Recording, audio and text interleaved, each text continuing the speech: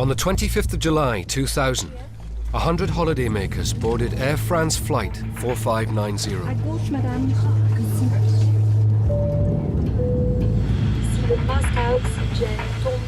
It was no ordinary trip. They were traveling the world's only supersonic airliner, Concorde.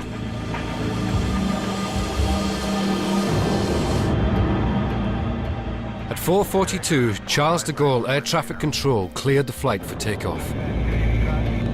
Air France 4590. Alignez-vous sur piste 26 droite.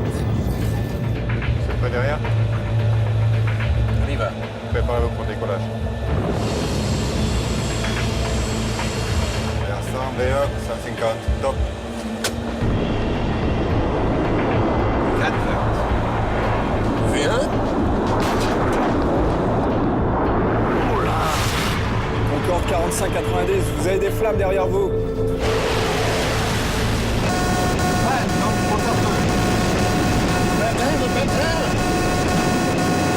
4590, vous avez de fortes flammes derrière vous.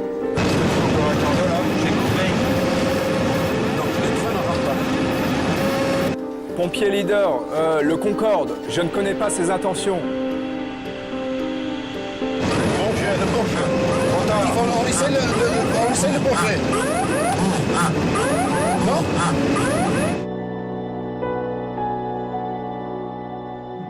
90 seconds after takeoff, Air France flight 4590 crashed. All 109 passengers and crew and 4 on the ground were killed.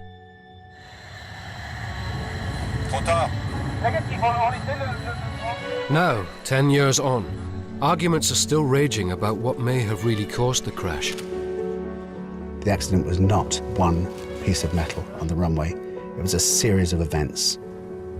A lot of innocent, good people lost their lives. It should never have happened. On that day, Concorde went from being the safest aeroplane in the world to the most dangerous, igniting debate about whether her design was fatally flawed. Don't try and tell me that there were design deficiencies in Concorde. I do not accept that. I spent 15 years flying that airplane, and I regard it as the safest airplane I have ever flown. The crash was the beginning of the end for supersonic passenger flight. Concorde ended up a museum exhibit when she could still be flying today. This is the story of the most ambitious dream in aviation history, and the untold story of what really destroyed it. Okay, chaps, all set? Yep. 3, 2, 1, now.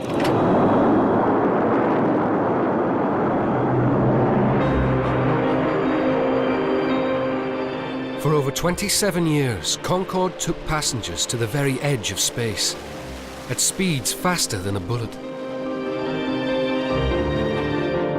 It was so advanced, very exciting, very, very beautiful, very fast.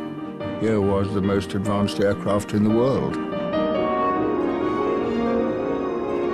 The actual shape of it and the sound of it symbolized creativity.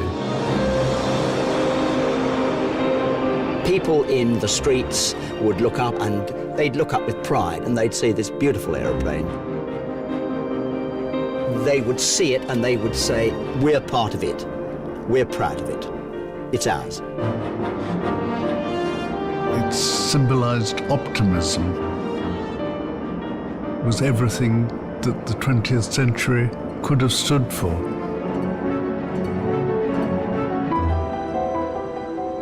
Concorde was a unique achievement in an age that believed in technology and speed.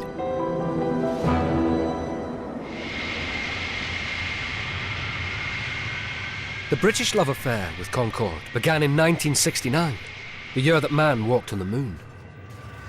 Well, I was there when it was rolled out. It was a bit like an English cricket match.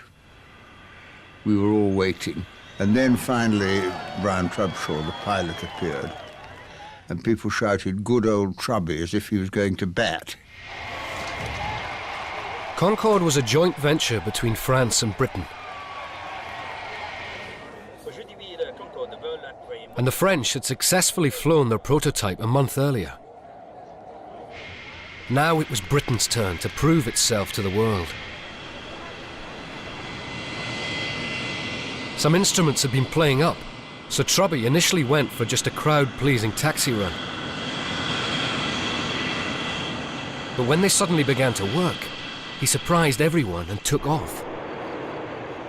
I mean, the noise was unbelievable. I began vibrating because of the pressure of the engines. It was an absolutely shattering experience. A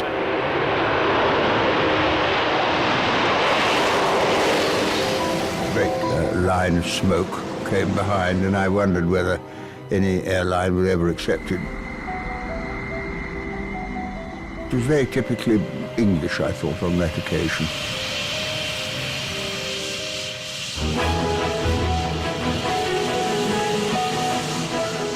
It was a glorious moment. But Trubby hadn't gone supersonic. He didn't even raise the landing gear. There was still a lot to do before Concorde could take passengers. And there was a race on. In these days of the Cold War between East and West, everyone wanted to be first with a supersonic airliner. Just 2 months earlier, the Russians, working around the clock, had beaten Concorde into the sky. The Western press dubbed it Concordski. President Kennedy called on America to develop an aircraft that could fly at twice the speed of sound. We are talking about a plane in the end of the 60s that will move ahead at a speed faster than Mach 2 to all corners of the globe.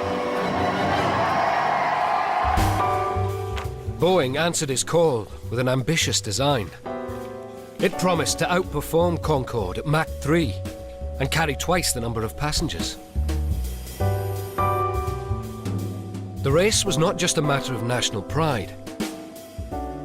Stakes were high for whoever could sell the world the next generation of airliner.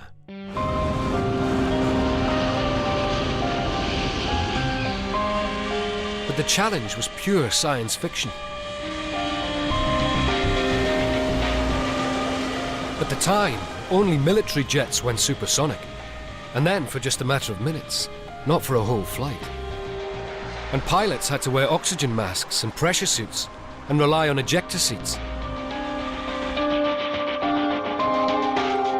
The first question was what should be the shape of the wings. A normal wing ripped off in speeds approaching sound. In Britain, designers turned to a shape called the delta wing.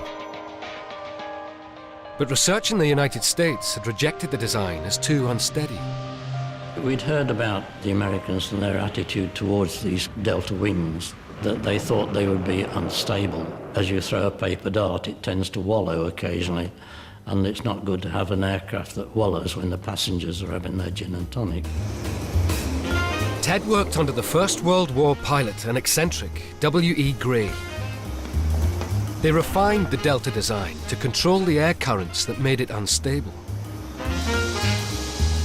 He used a fishing rod and put the model on the end of it and blew the tunnel at a reasonable speed to show that it didn't even wobble in the tunnel. In the end, that delta was the obvious thing to go to. The French too had been working on similar ideas for a supersonic airliner. But the enormous challenge and cost meant that neither country could get beyond oversized models. So on the 29th of November 1962, the French and British joined forces and signed an agreement to build Concorde together. The joint venture began on a scale that would rival America's moon project, with a workforce of 200,000. But first, each side had to learn the other's language. Alors, où est-ce qu'il travaille en ce moment, Monsieur McDonald? Il travaille dans les ateliers. While the engineers grappled with pronunciation, the politicians fell out over how to spell Concorde. Should it be spelt the French way with an E on the end, or the English way without? The British said, we're taking the E off. So I didn't consult anybody, but I simply said, we're going to put it back again. And it did actually hit the headlines that we were going to do that. And I said it stands for England, for the Entente Cordiale, for excellence. And some Treasury officials said, yes, and E for escalation of the extra cost. For the engineers, the bigger question was how to generate the enormous thrust it would take to push Concorde through the sound barrier. Olympus engines from Britain's nuclear Vulcan bombers were re-engineered. Concorde had 4, producing the equivalent thrust of 6,000 cars.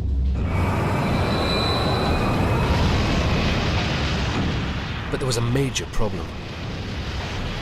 Jet engines can't take in air traveling at supersonic speeds.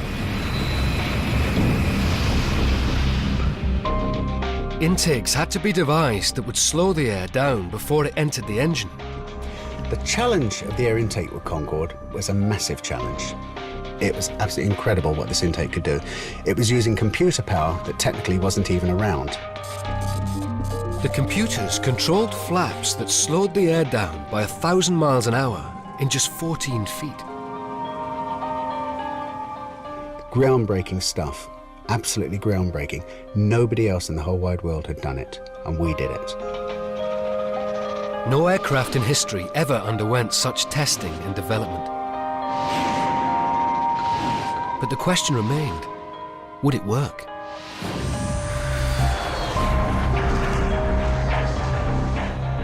Concorde still had to fly faster than the speed of sound.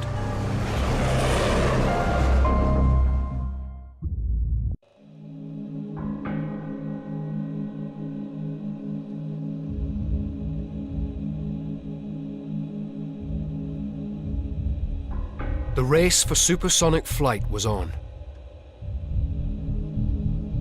Now, test pilot André Turcat was ready to take the French Concorde past Mach 1, the speed of sound. This was the most dangerous part of the test program. It would push the aircraft to its limits. There was no nervousness. If you're nervous in a situation like this, you should change your job. You must never be nervous, always calm. Inside, a flying laboratory was ready to record every jolt and twitch of Concorde's airframe. 1, 2, 3, top! Afterburners, usually reserved for fighter jets, kick-started Concorde on its roll to over 250 miles an hour, faster than a Formula One racing car.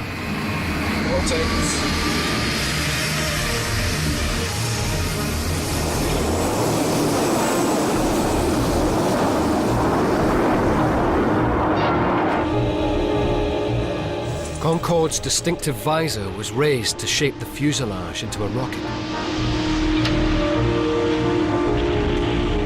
As the Concorde approached Mach 1, Turcat offered the glory of breaking the sound barrier to his co-pilot, Jean Pinet. I said to him, well, now you take it to Mach 1. He was really happy. And it was him who took the first flight to Mach 1.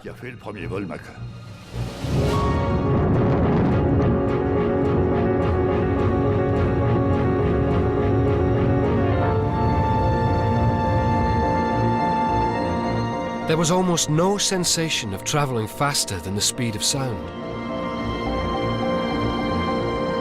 The smoothness of the flight was largely due to a startling innovation: fly-by-wire. Pilots had relied on mechanical linkages to move the flaps and rudders. Now, computers analyzed and relayed Turcat's commands to the control surfaces. On following flights, Turcat pushed the aircraft on to its limit, over twice the speed of sound, and held it there in continuous supersonic flight. A feat no aircraft had ever achieved before.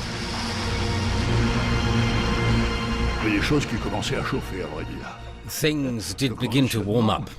The air conditioning was not fully working, and the oil got hot. But we stayed there for 52 minutes, at Mach 2, while the American prototype, the US model, was still stuck on the ground. So we were really the first. On a vraiment été là les premiers.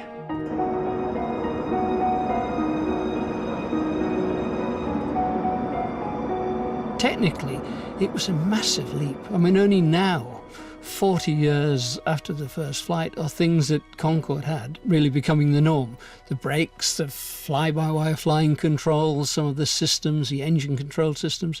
It really was a massive challenge. Mr. Wedgwood Ben, Minister of Technology, and Monsieur Jean Chamon, French Minister of Transport, were ready to cut the tapes and launch the greatest airliner ever built. Concorde looked ready to take the world by storm. 16 major airlines placed options for a staggering 74 aircraft. No one wanted to be seen without a Concorde. But the airliner of the future had come at an incredible cost to the French and British taxpayers. The escalation was on a massive scale. I mean, it cost far more than the company had anticipated. But once you start something like this, you can't pull out. The project, initially budgeted at £150 million, ended up costing £1.5 billion of taxpayers' money.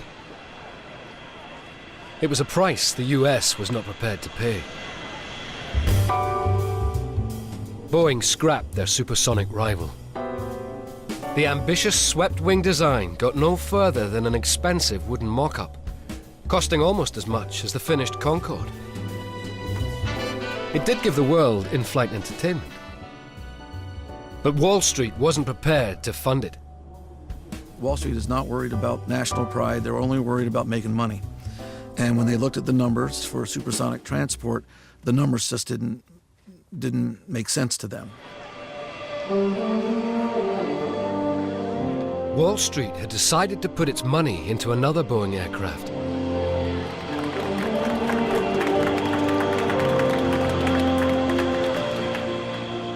The Jumbo. This was aircraft manufacture on a shipbuilding scale.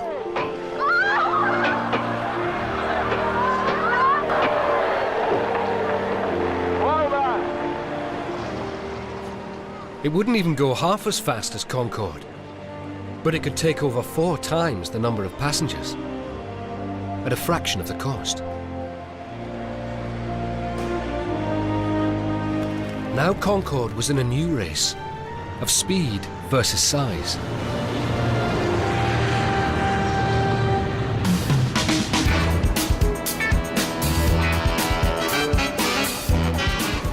To drum up more sales, a Concorde prototype left England to go on a 46,000-mile world sales tour. Flying the flag for Britain was Conservative Aerospace Minister and nervous flyer, Michael Heseltine. I'd always been rather apprehensive of flying, and so being told that I was going in a prototype but hadn't got a certificate of airworthiness, something like that, was pretty appalling as a concept. And then we set off down this runway. The only reassuring thing for me was that the British Aerospace employees who were there just went to sleep.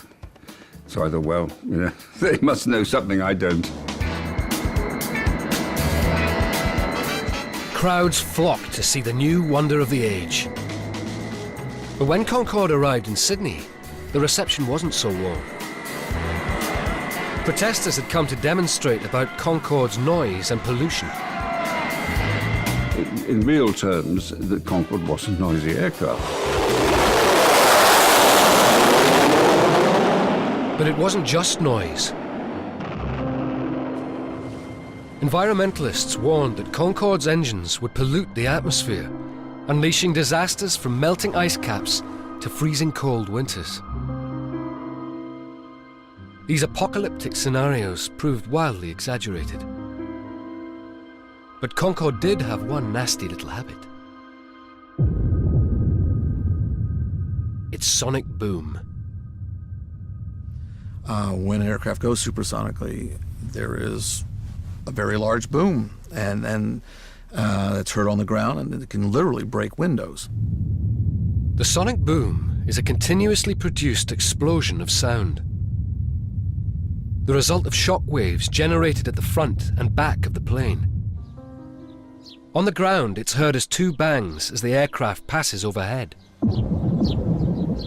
There was anxiety in the cabinet about the bang, and so on one cabinet occasion I told the Prime Minister I was going to bring Concorde over at midday. So as we got to 12, I was getting a little bit nervous, and then I heard a bit of a bang, and people were sort of slightly shaken by it, but it wasn't as big a problem as anyone had thought. Concorde's designers also thought her booms wouldn't be too much of a nuisance. I believe the element of alarm will be absent. It's a very characteristic noise, the double bang. There's no danger of people mistaking it for their mother-in-law shooting themselves. But tests on the public were not encouraging.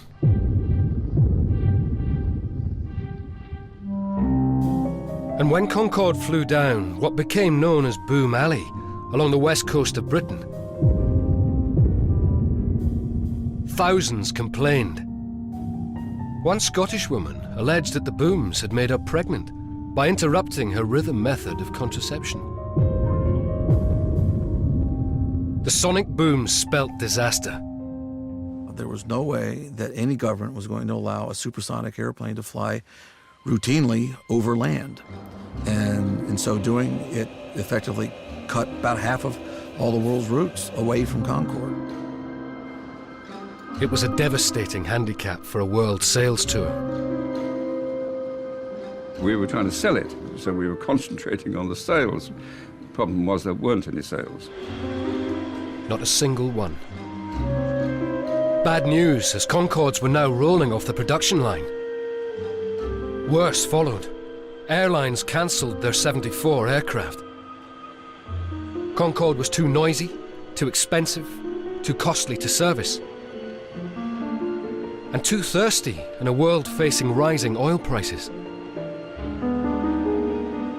Everyone had decided to buy 747s. No true private commercial airline bought the aircraft. They saw the business model and they realized they weren't going to make money on it, so they didn't buy it. Plain and simple. The French and British governments had one last option: to sell Concorde to their own national airlines. But with empty sales books, they smelt a bargain. I had to deal with British Airways, and there is not the slightest doubt they screwed me to the floorboards. I mean, basically, we gave it to them.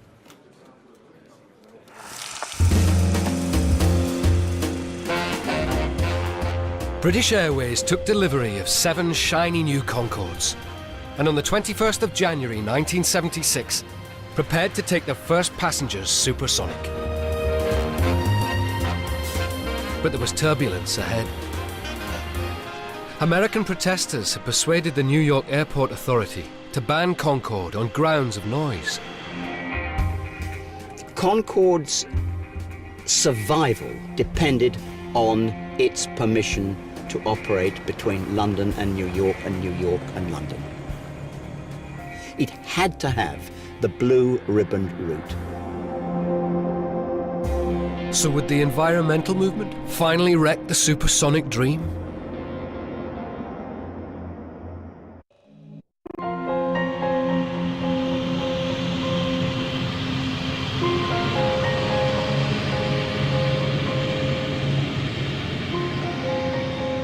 The age of supersonic travel had arrived. Almost. New York's Airport Authority was refusing Concorde permission to land. Local residents were up in arms about noise from her engines. The Emergency Coalition to Stop the SST led protests and drive-slows at JFK.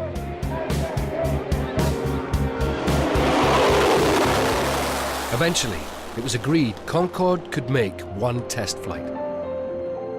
On the 19th of October 1977, Air France pilot Jean Franqui and BA captain Brian Walpole flew to JFK.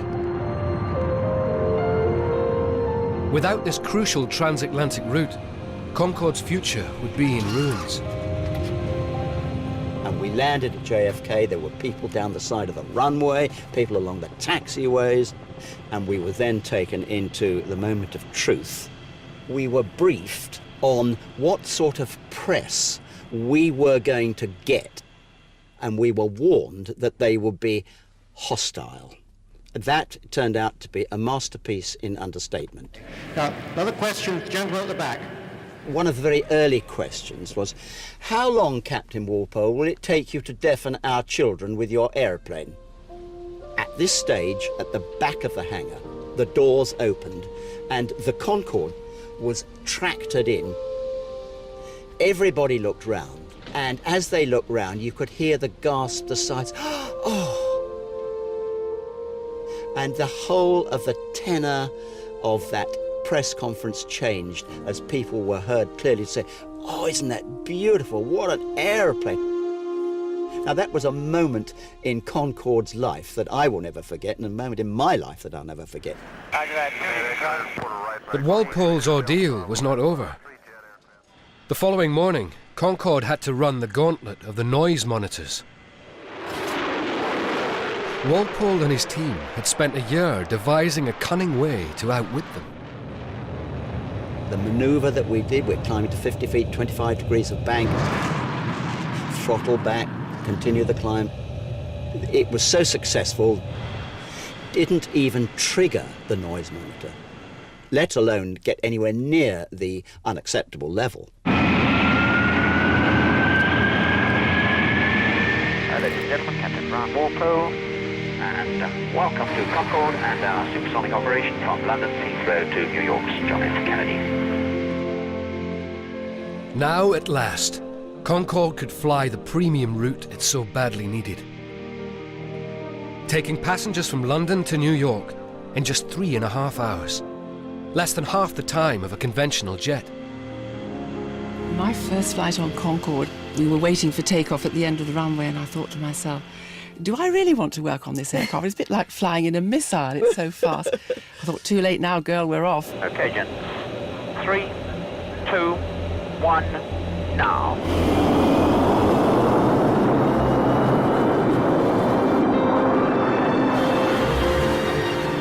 We took civil aviation from 600 miles an hour to 1,350 miles an hour in one single giant stride.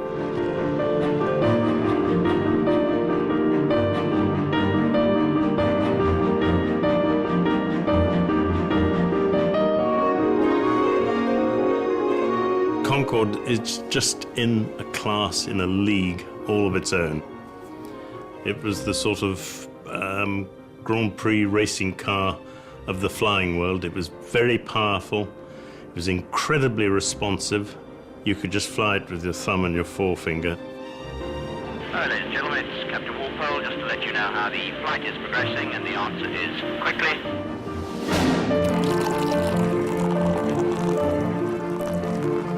And I eventually mastered the technique after a couple of slips of carrying 15 or so champagne flutes on a silver tray so as not to have a trip. Okay,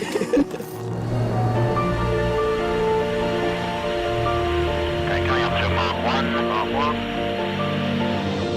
There we are, ladies and gentlemen, we're through Mark 1, the speed of sound, no bumps, no bangs, Concorde.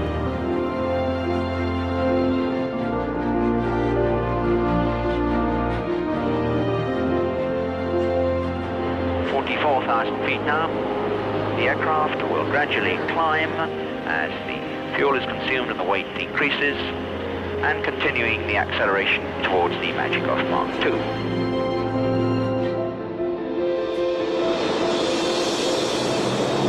Mark 2, twice the speed of sound. At this speed, most passengers remained blissfully unaware Concorde was expanding around them. Friction with the air heated the fuselage from a freezing -56 to a boiling 127 degrees centigrade, stretching it by 8 inches. Little refrigerators switched on to cool the windows, and save anyone burning their fingers. We were carrying the American team from New York to Malaga for the Ryder Cup, and we decided that they'd try the longest putt. So what they did is the chap putted a ball right back down the length of the aeroplane. They caught it in a cup. And it took 23 seconds. And in that time, we'd gone 8.5 miles. I would like to point out to you the extremely fine view of the curvature of the Earth that we have up here today. That is the curvature of... One of the great pleasures of flying Concorde was looking out of the tiny windows, because you've got this extraordinary landscape with the Earth curving away at the edges. Felt like being on a spacecraft. Leaving Heathrow in the evening gave pilots a sight no human had seen before. Travelling faster than the rotation of the Earth, the sun appeared to rise in the west.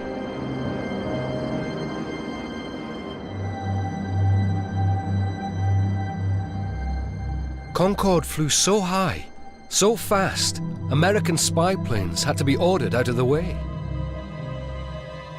One of them told me, he said they were sitting over Cuba, spying at 60,000 feet and had been for years. They were in spacesuits, sitting on the edge, and then they were told to move north by 30 miles. I asked why. He said, because there's an airliner going past. He said, we looked out the window and there was a Concorde with 100 people in shirt sleeves drinking champagne. 1350 miles an hour, 23 miles a minute, a mile in every 2¾ seconds, 10% faster than a rifle bullet, lands enter John O'Groats, 24 minutes, Concorde.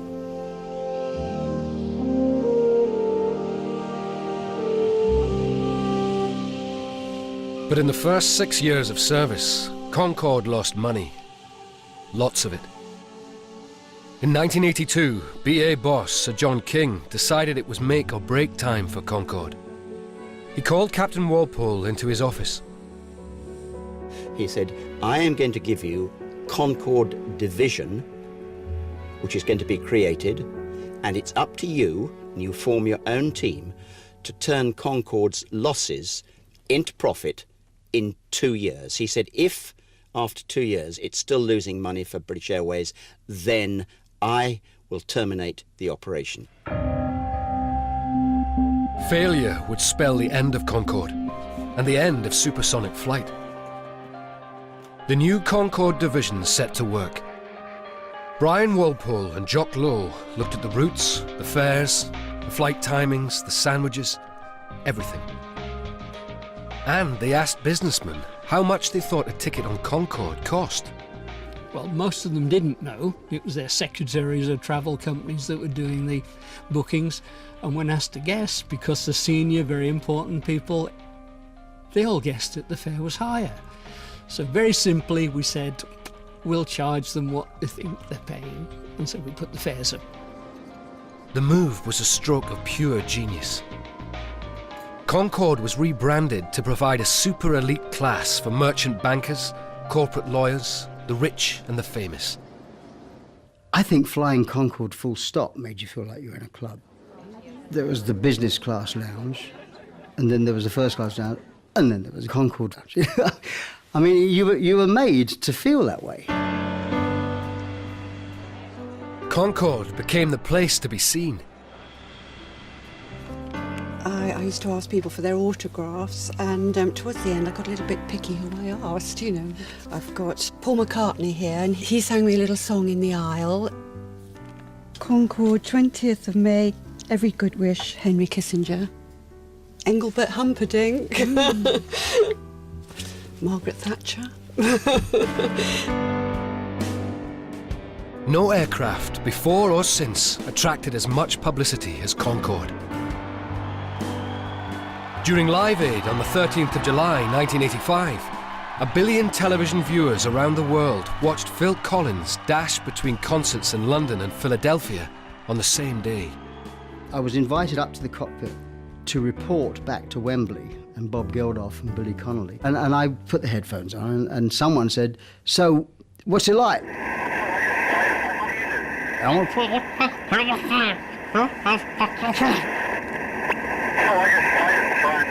And Billy Connolly said, it could be fucking anywhere. You know, we don't even, he could be underwater. We don't even know he's in Concorde.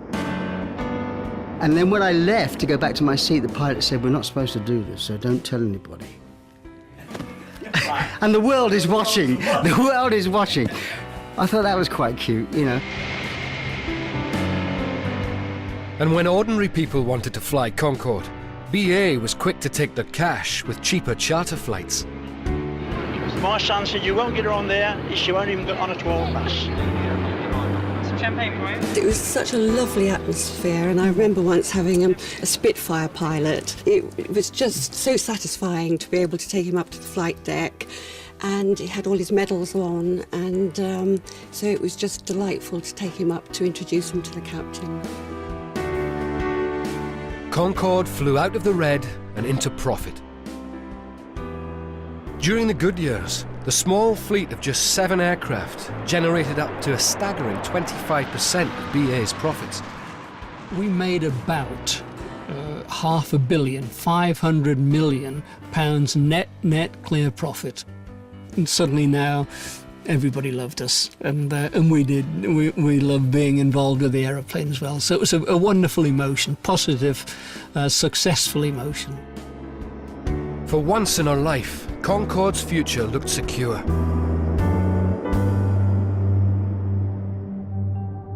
But then in 2000, disaster.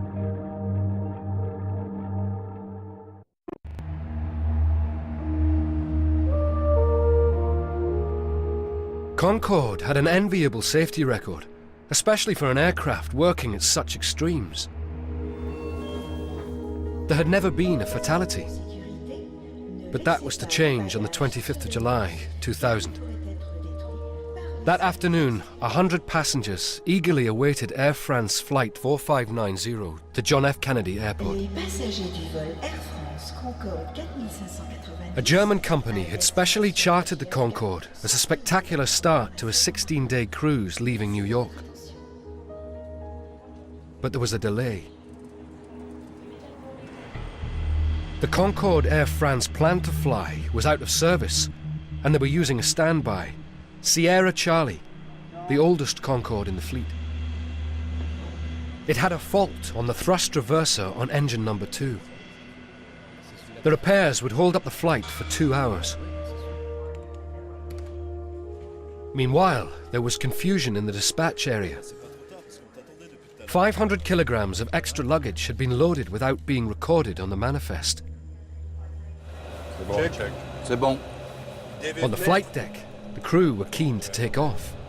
Contrôle de vol inversé. The captain was Christian Marty, a French national celebrity, the first man to windsurf the Atlantic. He'd ordered the maximum amount of fuel. Concorde needed every drop to get to New York. Marty expected to burn 2 tons just taxiing out to the runway. With the thrust reverser fixed, the passengers finally started to board. The dispatcher brought Marty the manifest. It listed the overall weight, crucial for calculating the takeoff. But without the extra luggage, it showed the aircraft lighter than it was.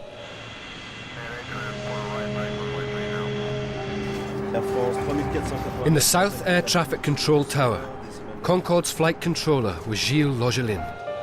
Air France 4590, bonjour. 4590, bonsoir. The flight recorders give us a record of every word spoken that day.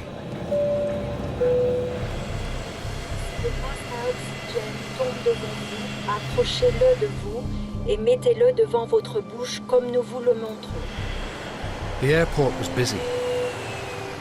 At the far end of runway 26 right, an Air France 747 was waiting to cross on its way to the terminal. It had landed moments earlier. On board was the French President Jacques Chirac, who was returning from a G8 summit in Japan. Mesdames et messieurs, nous attendons quelques instants pendant que le Concorde utilise la piste en face de nous. At 4:42, Captain Marty lined up the Concorde on the runway. They hadn't used over half the taxiing fuel. This now made the aircraft an additional ton overweight. Air France 45-90, piste 26 droite. Vent 0,90, 8 nœuds. Décollage autorisé. Est-ce que tout le monde est prêt? Oui. Oui. R100, B1, 150, top.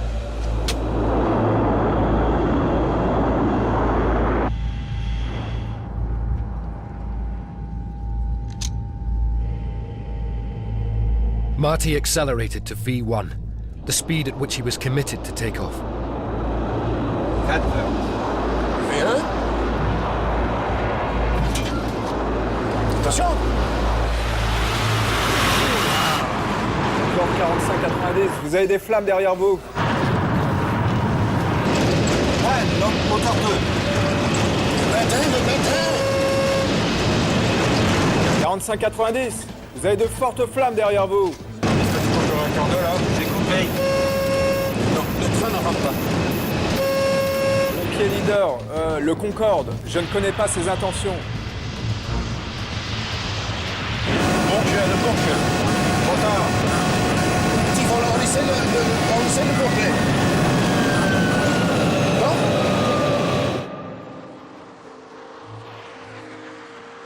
The terrifying last moments were videoed from inside the cab of a passing truck. De Gaulle, tour de pompier leader. Vous pouvez me donner la situation du Concorde là? The flight of Air France 4590 lasted less than 90 seconds. The Concorde had crashed 3 miles from the airport into a small hotel close to the town of Gonesse. All 100 passengers and 9 crew on board, and 4 people on the ground were killed.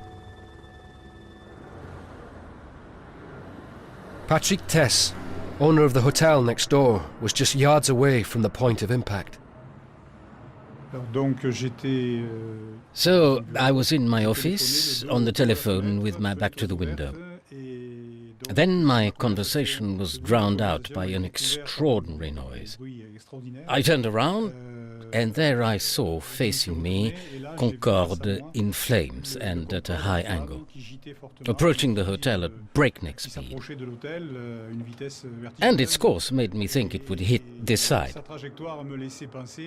And then I thought I had just a few seconds to live.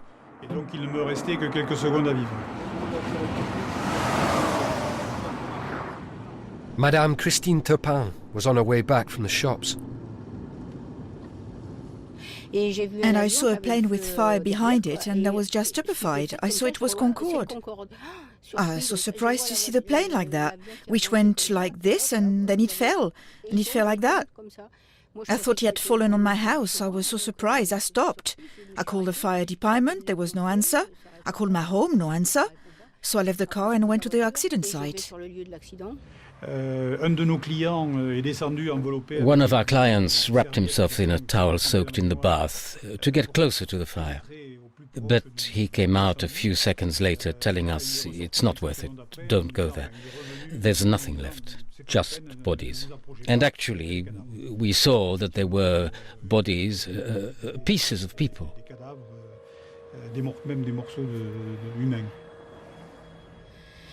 And there you are. It's sad.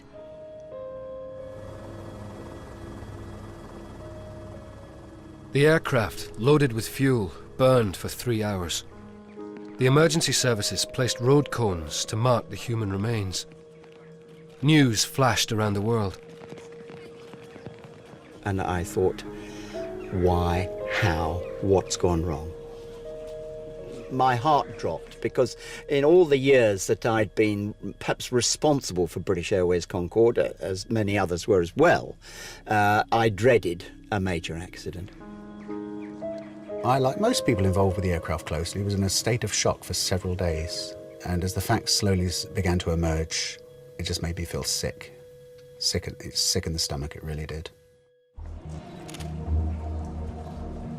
Debris from the crash was taken to the hangars at Le Bourget. the airport where Captain Marty had hoped to land.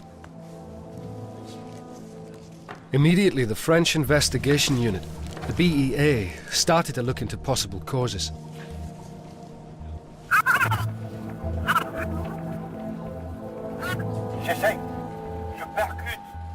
Work colleagues of the dead crew, who knew their voices, came in to help decipher the recordings.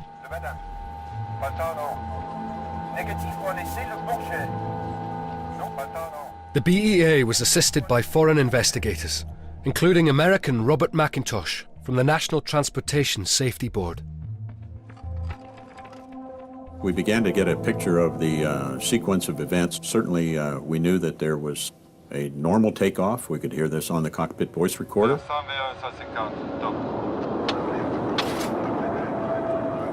The aircraft accelerated up through 100 knots. It accelerated up through 150 knots. At a point of about 175 knots, there were things that were detected by the crew. There were noises. Something was going wrong. And then the heading of the aircraft, which would normally be straight down the runway, began to deviate off to the left. The investigation switched to the runway. Tire marks clearly showed the path the aircraft had taken, veering left to miss Chirac's 747 by just 30 feet. Chunks of rubber were evidence that one of the Concorde's tires had burst. This would be like something you might see on a highway that had come from a large truck. And close by, the possible cause, a 43-centimeter strip of bent metal. There was a piece of evidence, a metal strip that appeared to be of the same form as the cut on the tire. Investigators believed the Concorde had gone over the metal strip, which cut and burst the tire, sending a large chunk of rubber into the wing above.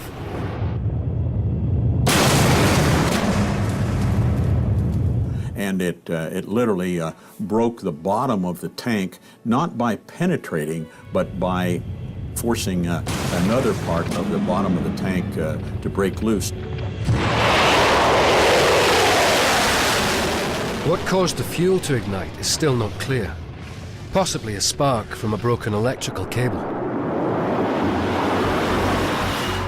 We noticed the aircraft took off early.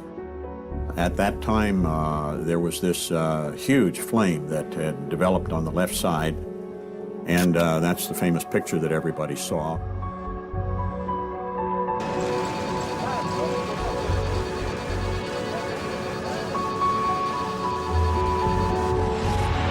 Flames and debris were sucked into the air intakes, causing both engines to lose power. On this particular takeoff, it never remotely got near its safety speed, and it never got above about 200 feet.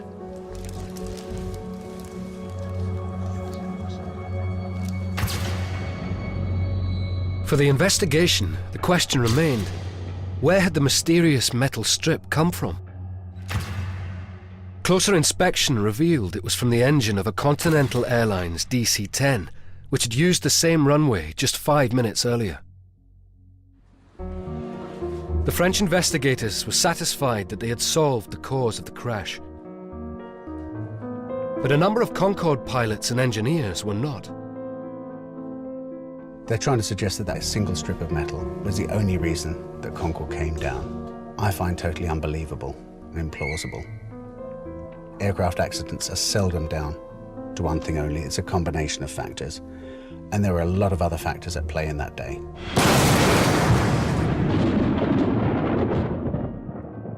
One of the central allegations involves a unique feature of Concorde. Fuel can be pumped from a rear tank forward to balance the aircraft for flight. As the Concorde was overweight, the flight engineer would have moved fuel forwards to compensate. At the crash site, switches were found left on, suggesting this could be the case. It may have been fuel was pumped into the tank above the bursting tyre, overfilling it. And so you get this great lump of rubber slamming into the underside of the wing by tank number 5, literally like a missile strike, and it set up a shockwave in the fuel in that tank, and the energy in that shockwave had absolutely nowhere to go because there's no airspace. And I think it is quite reasonable to argue that if the fuel tanks had not been overfilled for that takeoff, and this is my view, I emphasize that, but I think it's quite possible that the subsequent disaster might not have happened. Air France agree that fuel pumping is normal procedure, but dispute the tank could have been overfilled. We transfer between 800 kilos to 1 ton, but always with automatic level detection systems. There cannot be any overfilling of a tank with these systems, which are automatic.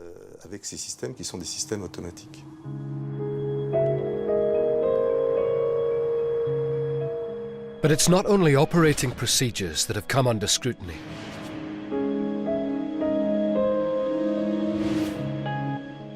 Serious questions have been raised about whether Concorde had fatal design flaws. A great big buzz going around saying that Concorde was inherently unsafe, it was a fragile bird, and that, quite honestly, in my opinion, is a load of rubbish. Don't try and tell me that there were design deficiencies in Concorde. I do not accept that. I spent 15 years flying that airplane, and I regard it as the safest airplane I have ever flown. In the 10 years since the crash, the big question is, was Concorde an accident waiting to happen?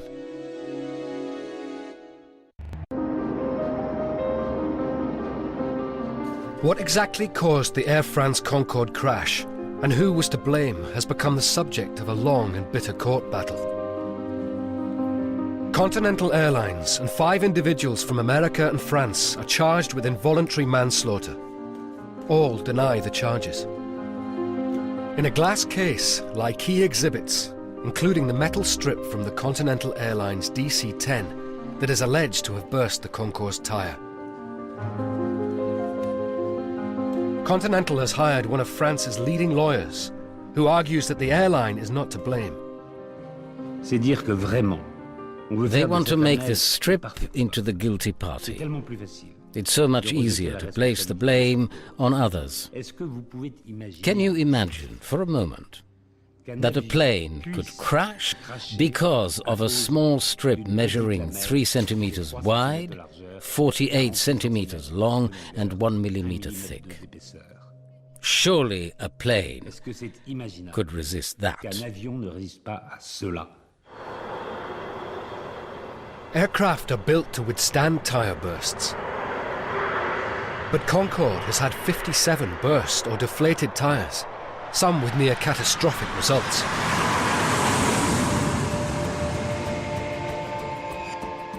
The most dangerous and dramatic has striking parallels with the 2000 crash. On the 14th of June 1979, a Concorde flight was leaving Washington for Paris. Among the passengers was an aviation consultant, Bill Lightfoot. His seat window had a view of the wing. I boarded Concorde, sat down. We then went through the normal pre-takeoff procedures, and then just as the aircraft rotated, getting ready to take off, there was a violent shudder. The aircraft shook like that. And then just almost at the same instant, a large object flashed by my window vertically. And there was a big jagged hole in the wing. And some sort of fluid spewing out of the hole. And I was thinking, what would happen if this aircraft tried to go supersonic? There's no doubt in my mind, and engineers I've talked to said the same. It would have just come apart. Ma'am, could you please come? The flight attendant came, and I said, "We've got a problem here. There's a hole in the wing." And she said, "No, that's the flaps." And I said, no, that is not the flaps. So I told her, go get someone. Someone's got to look at that. Could you please get a flight crew? Actually, although it's hard to believe, they'd started serving drinks. Would you like a drink, sir? No, I don't want a drink. I'd like a flight crew member, please. Okay, I will inform someone. So then the co-pilot or engineer came back, and I just literally took his head and pushed it over so he could see out of this small window, like that, so he could see through the hole. He could see this ragged hole in the wing, and he said, I'll never forget, he said, Mon Dieu, and he just turned ashen.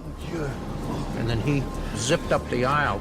Then just less than a minute later, they jerked the throttles back, and you could feel the plane violently slow down. Photographs taken at the time show the fuel spilling from the aircraft. 2 tires had exploded, and wheel shrapnel had penetrated the wing. With a shattered undercarriage, the Air France pilot made a difficult landing.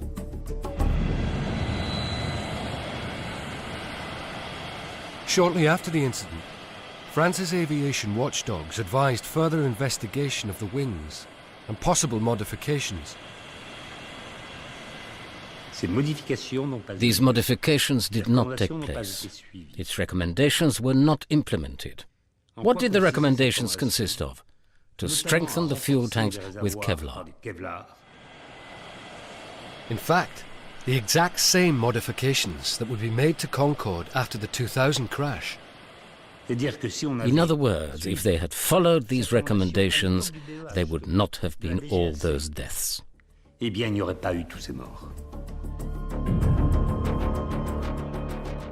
Airbus, then Aerospatiale, and Concorde's manufacturer says that at the time, it agreed with aviation authorities to focus on the causes of the accident rather than the effects, and so the wings were not modified.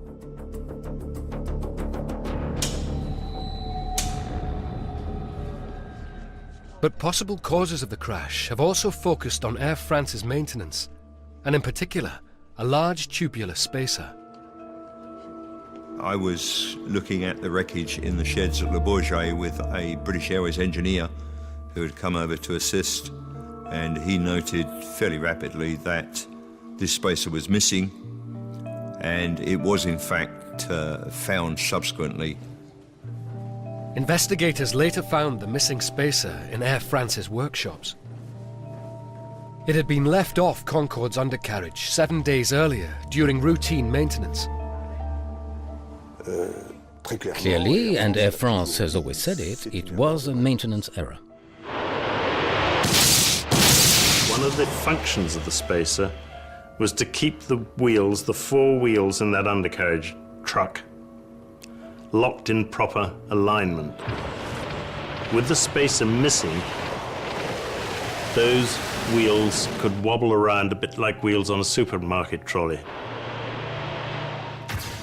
Those wheels skewed around and effectively steered the airplane off the left-hand side of the runway. Missing Chirac's 747 by just 30 feet. But the French BEA investigation concluded that the missing spacer had not contributed to the crash. It's an important question to know whether a missing spacer might be linked in any way with the accident. Clearly, whether it was the BEA or the legal experts, or all the specialists we heard during the trial, they all said no. It had no effect. Yeah, the BA report concluded that the missing spacer was not relevant to the accident. I believe personally there's an argument to say that the possible effects of this on the steering of the aircraft and on the tyres possibly could be looked at somewhat further. But the most startling claim by Continental is that 18 eyewitnesses, including firemen and other airline pilots, saw Concorde on fire 700 meters before it hit the metal strip. Extraordinaire. Extraordinary. The plane was on fire, and the firefighters were at right angles to the Concorde when it passed in front of them. And firefighters, I think, know what a fire is. One of those to claim he saw Concorde on fire before it hit the metal strip was a contractor working at the airport. Around 4 o'clock, I heard the sound of Concorde starting to go, so I turned to look at the aircraft, and then I saw it begin to gain speed, with a small flame under the left side. I said to myself, it won't take off like that. So compared to those who show you where the strip was, the plane was already on fire before that.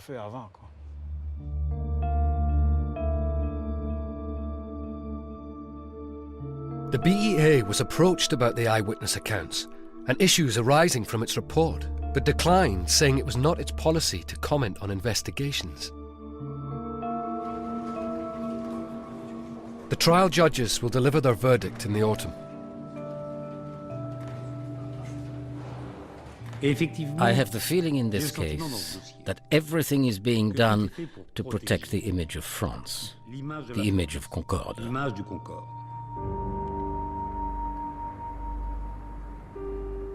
10 years on, Concorde's crash site is surrounded by razor wire.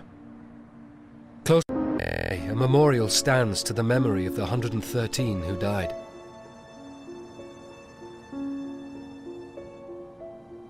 It should never have happened. A lot of people, innocent, good people, lost their lives. This wonderful airplane was given a reputation which it didn't deserve. And to this day, it still makes me angry to think about it. It really does.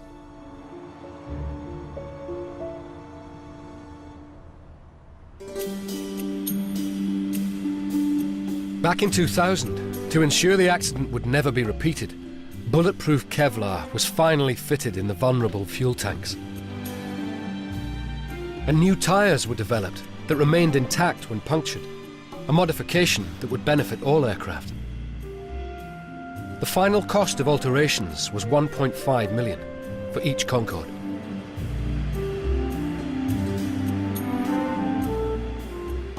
The relaunch approached in 2001. And to signal to the world their continuing faith in Concorde, British Airways splashed out a further $14 million on a new interior for the fleet by king of modern design, Sir Terence Conran.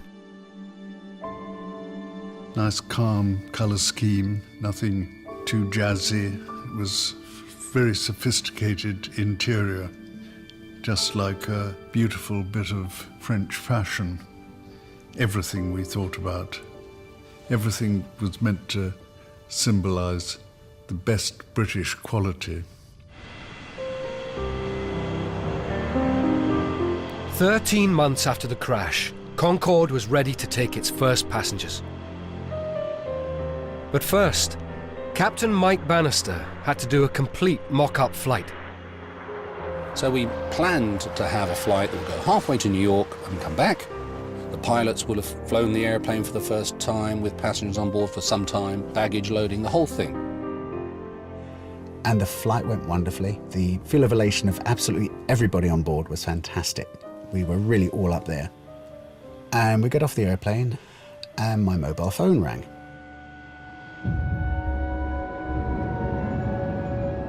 And it was my youngest son. He was saying, "Dad, have you heard what's happened in New York?" And we had landed back at Heathrow just before the first airplane crashed into the World Trade Center. And then my son said, "Oh my God, an airplane's hit the other tower." And at that point, we looked at each other and knew exactly what this meant. It was so sad. That day, Concorde lost 40 of its most frequent flyers. And Concorde's lifeblood, the business community, stopped travelling across the Atlantic. But it wasn't the terrorists who would finally kill the age of supersonic flight.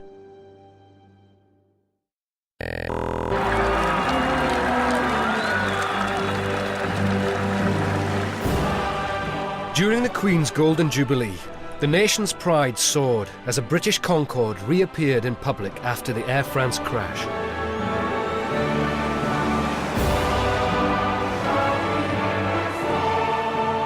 As we got close to the palace and sort of came over Admiralty Arch and looked down the Mall, something really astounding happened. I've never seen 1 million+ people.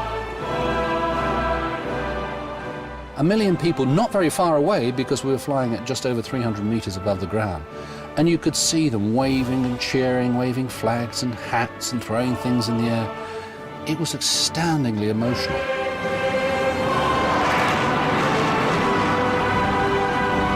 And you could see Her Majesty standing on the balcony, and she happened to be wearing a flame orange outfit, and so you could see her quite clearly.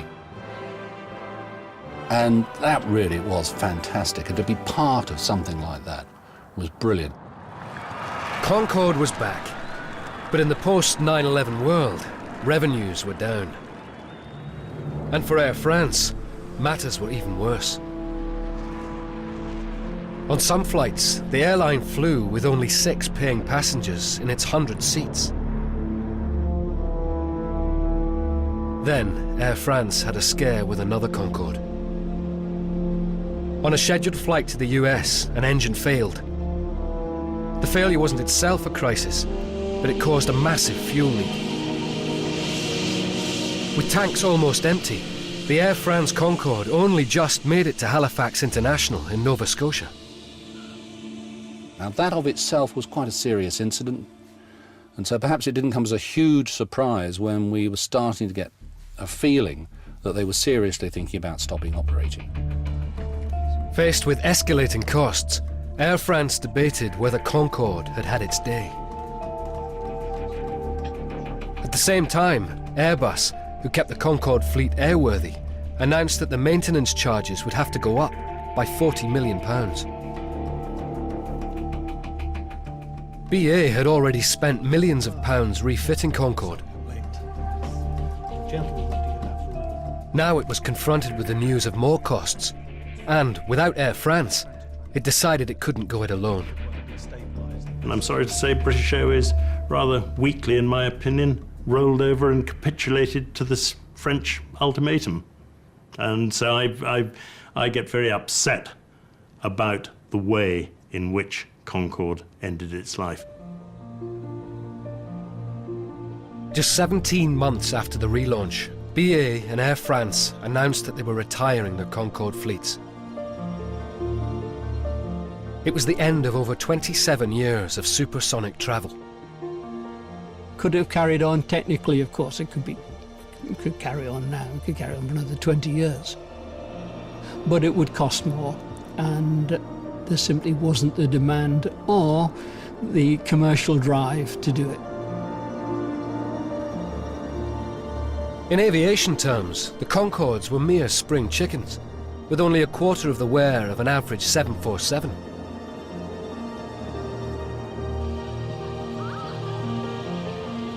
At 4 p.m. on the 24th of October 2003, 3 aircraft landed in sequence at Heathrow, watched by crowds of thousands.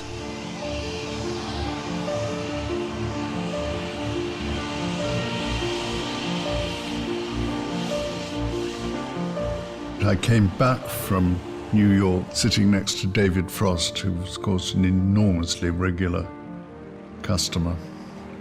And when we arrived at Heathrow, there were tears in our eyes. It was very emotional. No, it felt a bit like if one of your family had died. Very sad.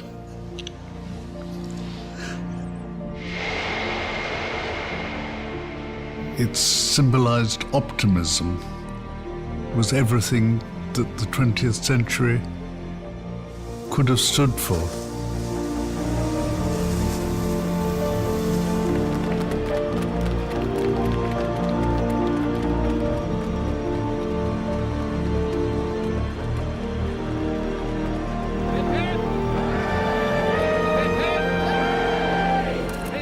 I walked out of the hangar, the last person to leave, and it was misty and there were neon lights. And as I crossed the tarmac, there were 5 perfectly serviceable Concordes sitting there that I knew would never ever carry a fare-paying passenger again.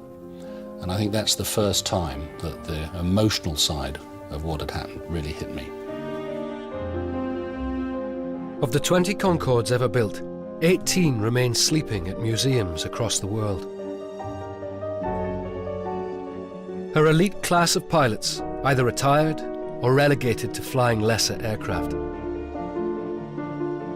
During the final flights, flight engineers stuck their caps in a gap that opened up as the aircraft expanded with the heat of supersonic speed. Now they remain wedged forever in the cold fuselages. With little chance of renewing her certificate of airworthiness, it is unlikely that Concorde will ever fly again.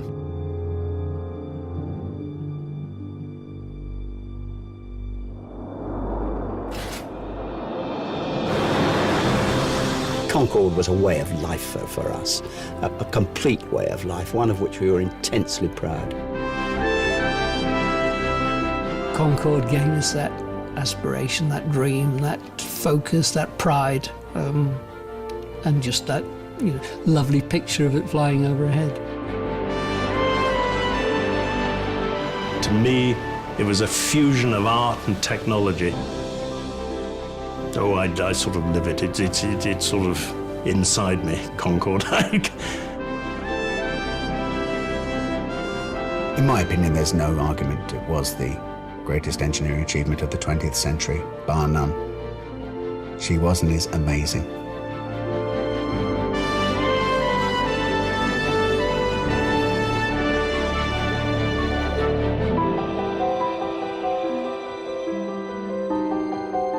This coming Wednesday night from 9 o'clock. What it's like to be living with Bruce Forsyth. It's a very intimate, cutting edge. Tonight, JJ and Josie, round 2 in Big Brother.